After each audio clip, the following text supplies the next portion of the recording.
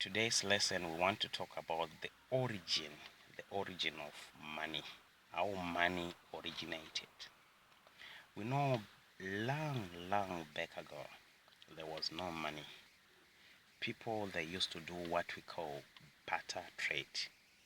Uh, they were just exchanging goods for goods. You understand? And no money was involved. And that system we call it barter system. Of course, that system is still practical in the current day, but it's no longer popular in the current day. But that system started long back ago. People they used to exchange goods and services like before the white guys, uh, before the white guys came into Africa. Africa was just into barter exchange. They could exchange cows for something that they want. They could exchange cows for iron. They could exchange different things, right?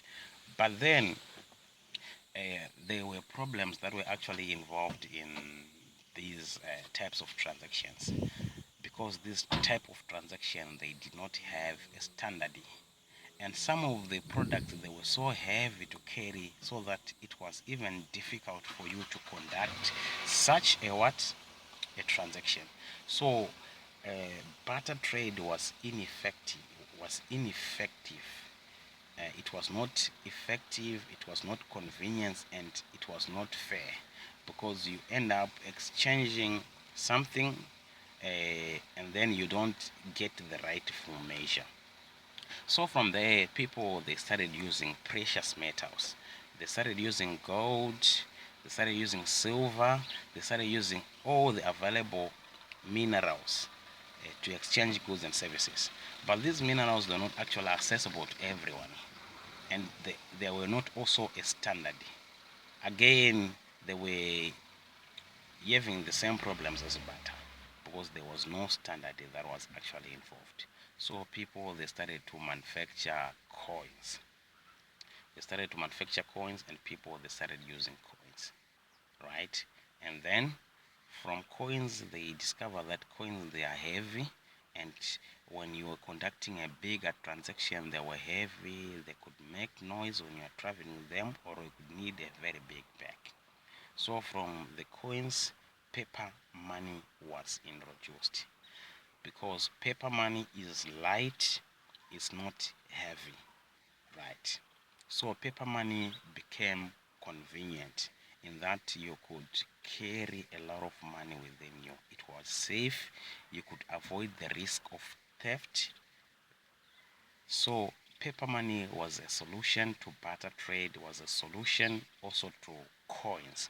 It was a way of improving the use of coins.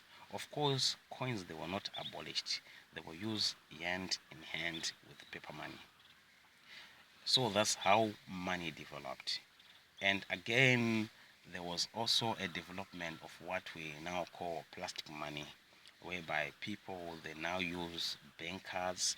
People they now use their phones, they use their computers to conduct transactions, whereby you can pay your bills over the phone. You can go into a shop without money. You can use your card to buy your things. So that's how money developed. So you see that paper money and plastic money, it has got advantages as compared to barter trade and other forms of exchange because it's safe, especially the current trend of plastic money. It's safe because you're not actually afraid of the risk of losing your money because you will be just having your card, and if someone does not have access to your PIN number, there is no way he can have access to your money. So the current money that is used, it's safe, it's convenient, and it reduces the risk of thefts. So that's how money developed. This is the origin of money, and now we have got different forms of money. Money can be paper money can be in accounts, can be in checks, can be in cards, Money can also be in other things like treasury bills, in bonds. These we call them promissory notes. So that's how money developed.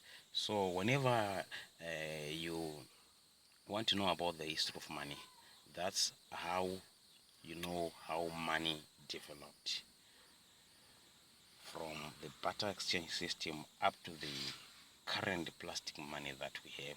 And this money is very convenient. The only problem is fraud, whereby if someone have access to your bank accounts and to your pin, they can continue doing their transaction unless you realize that I don't have my cards.